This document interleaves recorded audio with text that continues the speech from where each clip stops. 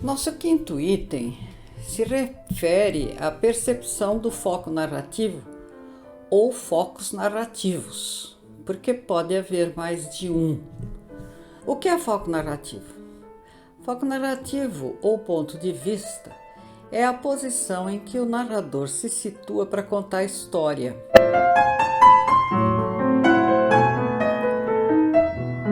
De modo geral, pode-se dizer que o narrador ou se situa como personagem e faz referência à sua própria pessoa, real ou fictícia, ou não se situa como personagem e faz referência a outras personagens.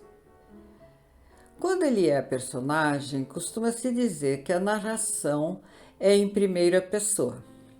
Quando não, se diz que a narração é em terceira pessoa.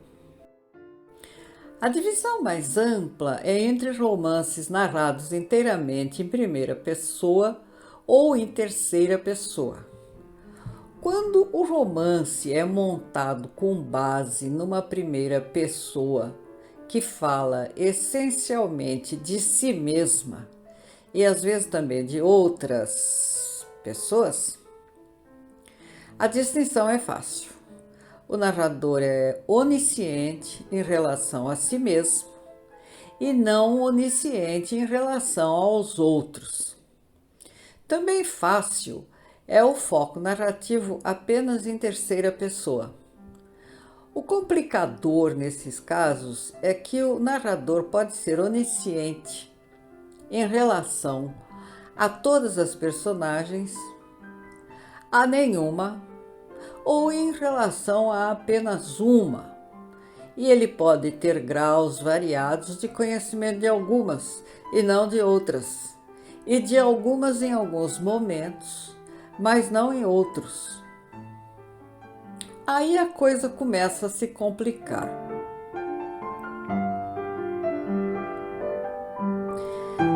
Na ficção contemporânea, pode haver alternância, sobreposição ou mesmo ambiguidade de focos narrativos. E nesses casos, a percepção das sutilezas das diversas personagens é bem mais complicada. As diferenças entre personagens, além das descrições feitas pelo narrador, evidentemente, podem se refletir de diversas maneiras, não muito óbvias. A principal é o registro da fala, coloquial, erudito, dialetal, etc. Coisas que, como vimos, nem sempre é fácil reproduzir na tradução. Em relação ao foco narrativo propriamente dito, o tradutor precisa ver com clareza em que personagem ou personagens o narrador, digamos assim, se encarna.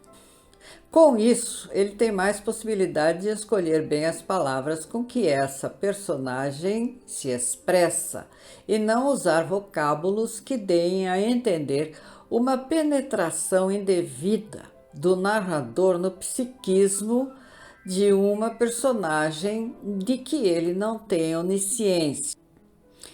Nesse sentido, um tipo de vocábulo desempenha papel importante no processo narrativo.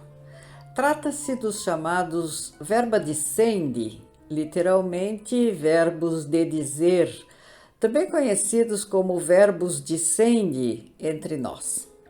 São aqueles verbos usados para indicar as falas de um diálogo. Disse, afirmou, perguntou, respondeu, etc. Qual a importância desses verbos na tradução? Em primeiro lugar, há uma questão de uso.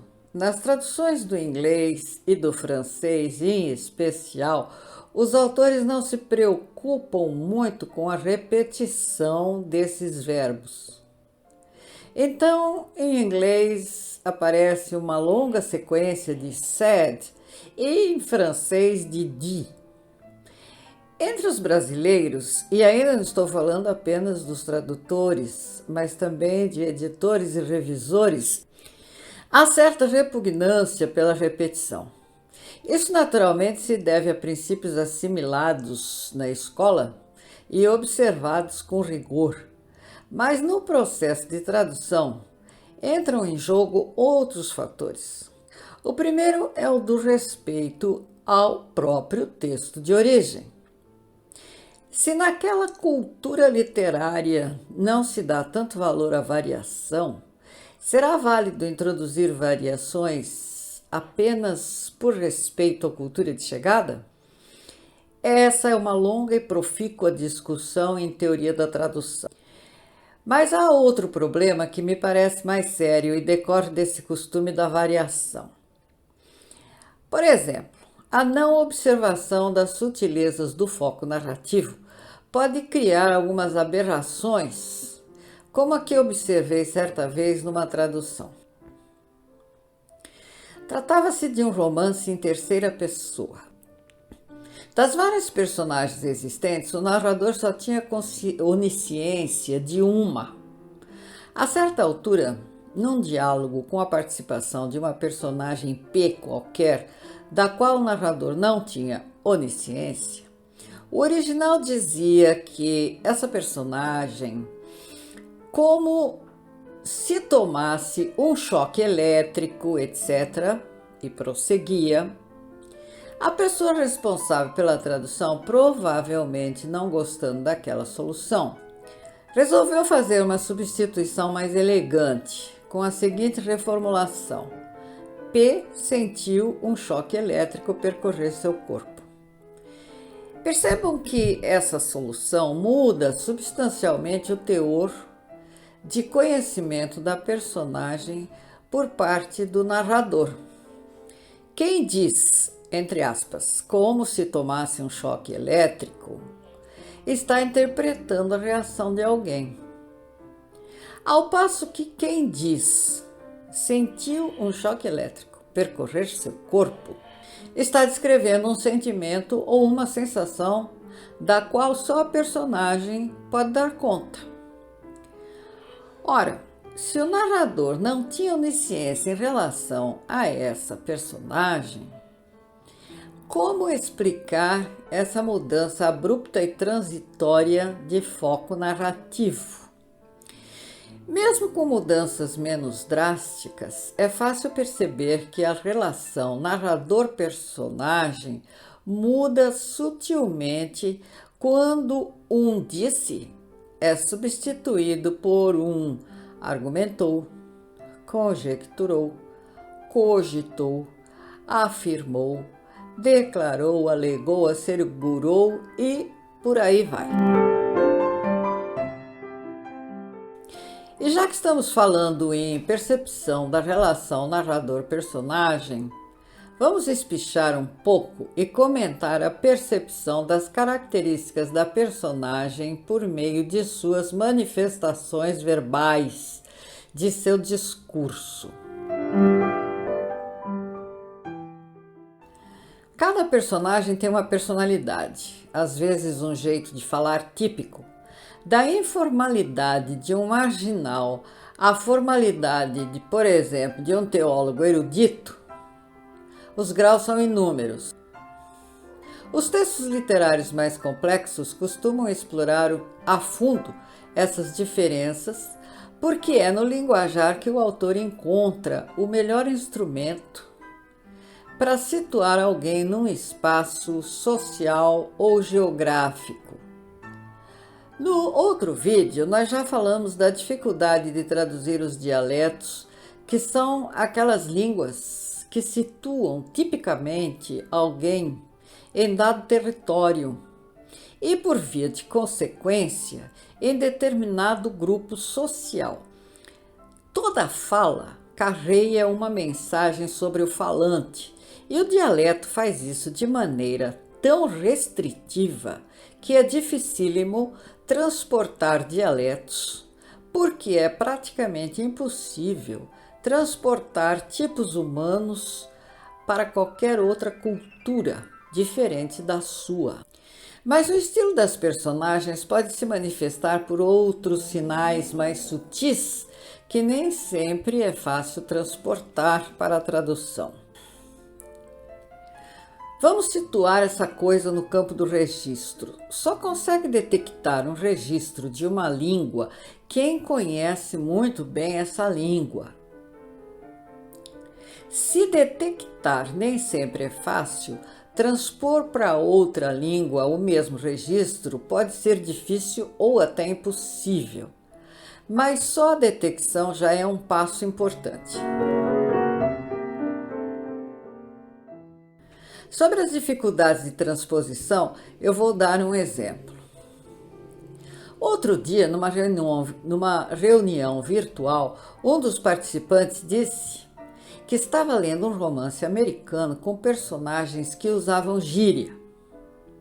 O tradutor havia optado por usar gírias brasileiras e, segundo esse participante, gírias cariocas.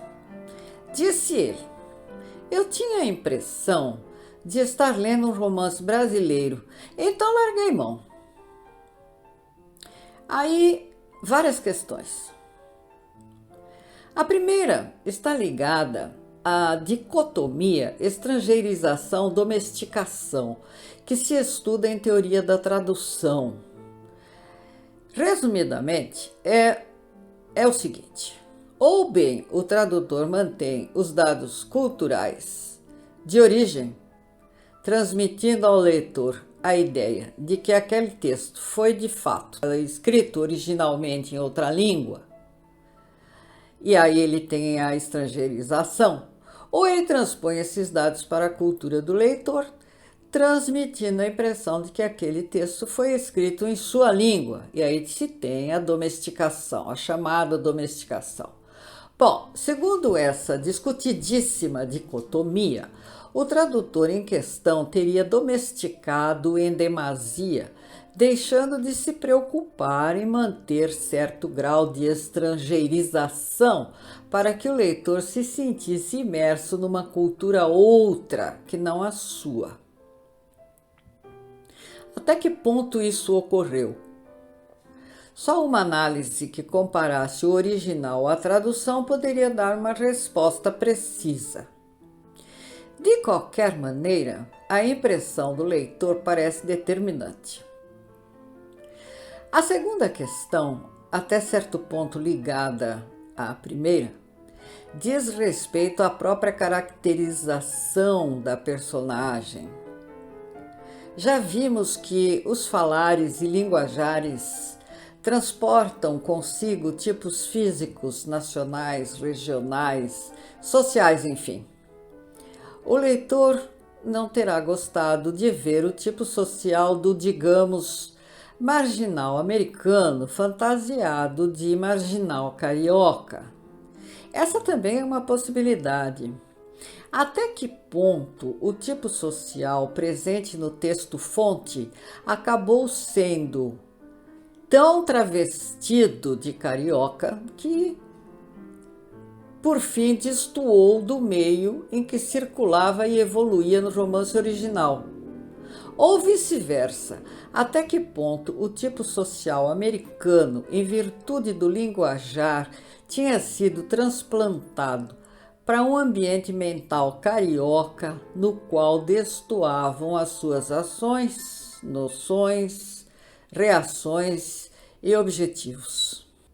A terceira questão, que não posso deixar de levantar, é a do gosto do leitor brasileiro.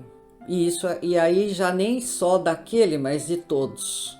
Será que essa transposição não terá representado para ele, para aquele leitor, uma degradação da aura que envolve o texto original? E aí não estará em jogo a ideia de valor que ele tem de sua própria cultura? Como eu já disse, estou aqui para levantar lebres e não para dar respostas categóricas, mas é seguindo a lebre que se chega à toca. No próximo vídeo vou continuar com esse assunto, tratando especificamente do modo como as personagens se individualizam por meio do uso de pronomes.